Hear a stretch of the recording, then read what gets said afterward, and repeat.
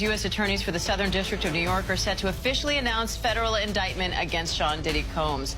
Federal prosecutors say the music mogul has been charged with racketeering conspiracy. They say he ran an enterprise that was involved in sex trafficking, kidnapping, forced labor, and several other charges. We are now awaiting the official details behind that indictment. Let's listen in. Good morning, everyone. My name is Damian Williams, and I'm the U.S. Attorney here in the Southern District of New York. Today I'm announcing the unsealing of a 3-count indictment charging Sean Combs with racketeering conspiracy, sex trafficking, interstate transportation for prostitution. The indictment alleges that between at least 2008 and the present, Combs abused, threatened, and coerced victims to fulfill his sexual desires, protect his reputation, and conceal his conduct. As alleged in the indictment, to carry out this conduct, Sean Combs led and participated in a racketeering conspiracy that used the business empire he controlled to carry out criminal activity, including sex trafficking, forced labor, kidnapping, arson, bribery, and the obstruction of justice. Let me say a little bit more about the charges. The indictment alleges that Combs abused and exploited women and other people for years, and in a variety of ways. As alleged, Combs used force, threats of force, and coercion to cause victims to engage in extended sexual performances with male commercial sex workers, some of whom he transported or caused to be transported over state lines. Combs allegedly planned and controlled the sex performances, which he called freak-offs, and he often electronically recorded them. The freak-offs sometimes lasted days at a time, involved multiple commercial sex workers, and often involved a variety of narcotics, such as ketamine, ecstasy, and GHB, which Combs distributed to the victims to keep them obedient and compliant.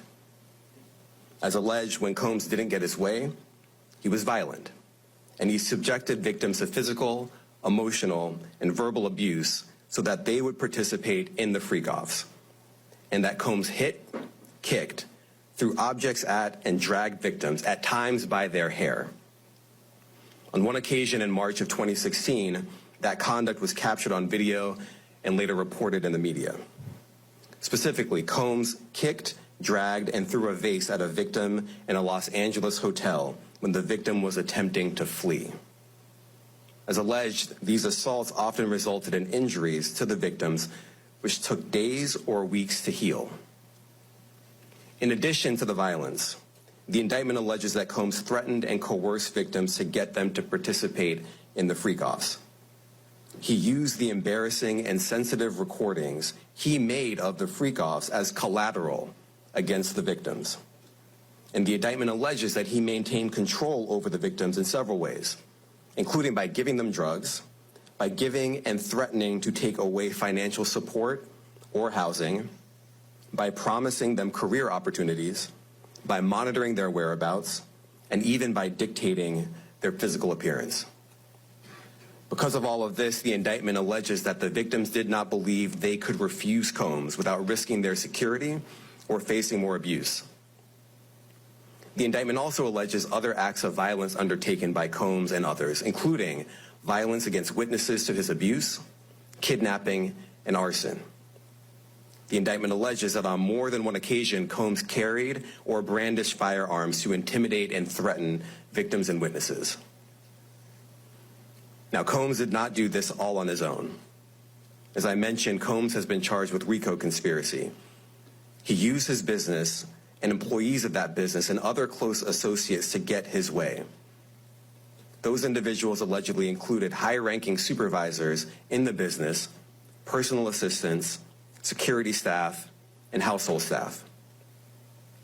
The indictment alleges that those individuals facilitated the freak-offs. They booked the hotel rooms and stocked them with the supplies, including drugs, baby oil, personal lubricant, extra linens, and lighting. When the hotel rooms got damaged, they helped clean it up. They arranged for victims and commercial sex workers to travel for the freak-offs, and they delivered large quantities of cash to Combs to pay for the commercial sex workers. The indictment also alleges that they helped Combs cover up his crimes. During the March 2016 incident at the LA hotel that I mentioned earlier, a member of the hotel security staff intervened, and Combs attempted to bribe the staff member with a stack of cash to make sure that what happened was kept quiet.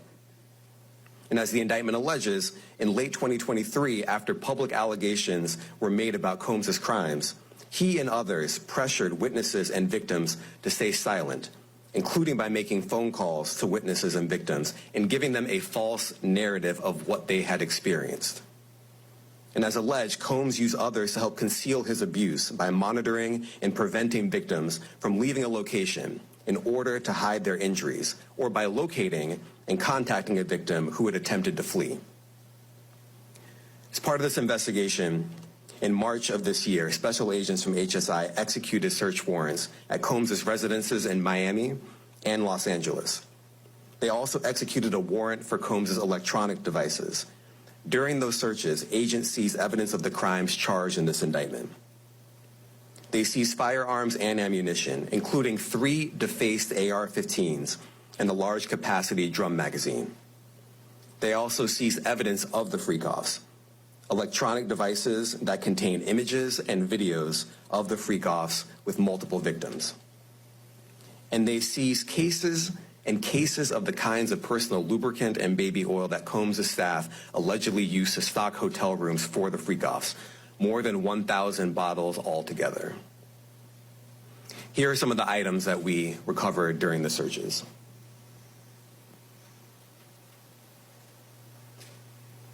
As you can see here, this is a drum magazine, large capacity, and it contains, I believe, 59 rounds. I mentioned as well we recovered 3 AR-15s. This is a close-up shot of one of the AR-15s, and you can see right here the serial number has been thoroughly defaced. Another picture of more ammunition and parts of 2 AR-15s right there. Now, I want to be clear about 2 things. First, this office is determined to investigate and prosecute anyone who engages in sex trafficking, no matter how powerful or wealthy or famous you may be. No one should doubt our commitment on that. A year ago, Sean Combs stood in Times Square and was handed a key to New York City. Today, he's been indicted and will face justice in the Southern District of New York. Second, we are not done. This investigation is ongoing, and I encourage anyone with information about this case to come forward and to do it quickly. Anyone with information can call 1-877-4-HSI-TIP.